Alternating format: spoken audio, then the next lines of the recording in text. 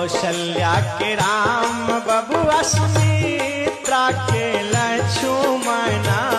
कौशल्या के राम बबुआ सुमित्रा के लक्ष्मणा। कौशल्या के राम बबुआ सुमित्रा के लक्ष्मणा। कौशल्या के राम बबुआ सुमित्रा के लक्ष्मणा। कैकेयी के भरता भुवाल सखी आहे। कैकेयी के भरता भुवाल सखी। सखी हो कैकेयी के भरता भुवाल सखी। जी कैकेयी के भरता भुवाल सखी। राजा राम जी के आरती उतारुए सखी। राजा राम जी के आरती उतारुए सखी। सीता राम जी के आरती उतारुए सखी। सीता राम जी के आरती उतारुए सखी।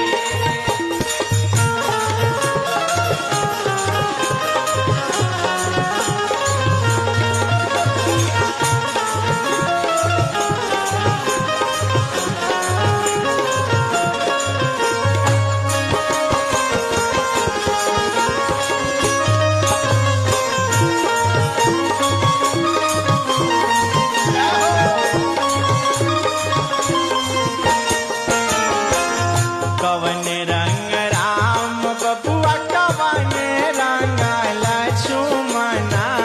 कौन रंग राम बबुआ कवन रंग लक्ष्मणा। कवन रंग राम बबुआ कवन रंग लक्ष्मणा। कवन रंग राम बबुआ कवन रंग लक्ष्मणा। कवन रंग भरता भुवाल सखी आहे। कवन रंग भरता भुवाल सखी। सखी हो कवन रंग भरता भुवाल सखी। कवन रंग भरता भुवाल सखी। सीता राम जी के आरती उतारुए सखी। सीता राम जी के आरती उतारुए सखी। राजा राम जी के आरती उतारुए सखी। अरे राजा राम जी के आरती उतारुए सखी।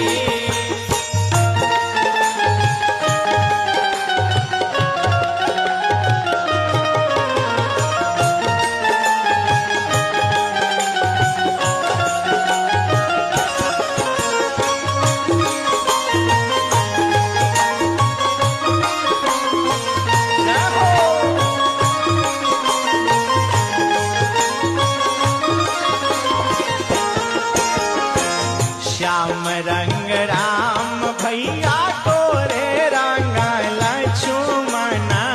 श्याम रंग राम भैया गोरे रंग लक्ष्मणा। श्याम रंग राम भैया गोरे रंग लक्ष्मणा। श्याम रंग राम भैया गोरे रंग लक्ष्मणा। पीत रंग भरता भुवाल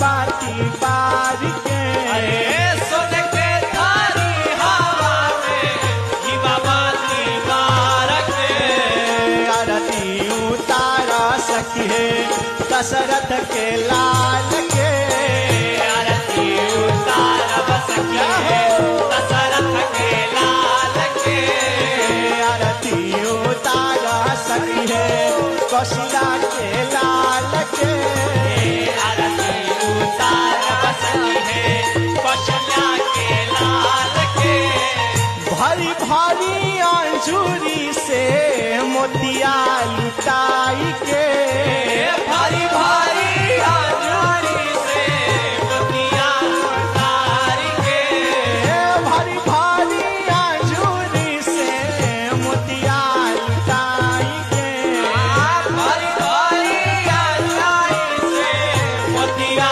उतार के आरती उतारा सकी है कौशल्या के लाल के आरती उतारा सखिए कौशल्या के लाल के आरती उतारा सकी है कौशल्या के लाल के उतारा सखिए कौशल्या के लाल के प्रेम से बोलिए सियापति राम जी भगवान की की जय।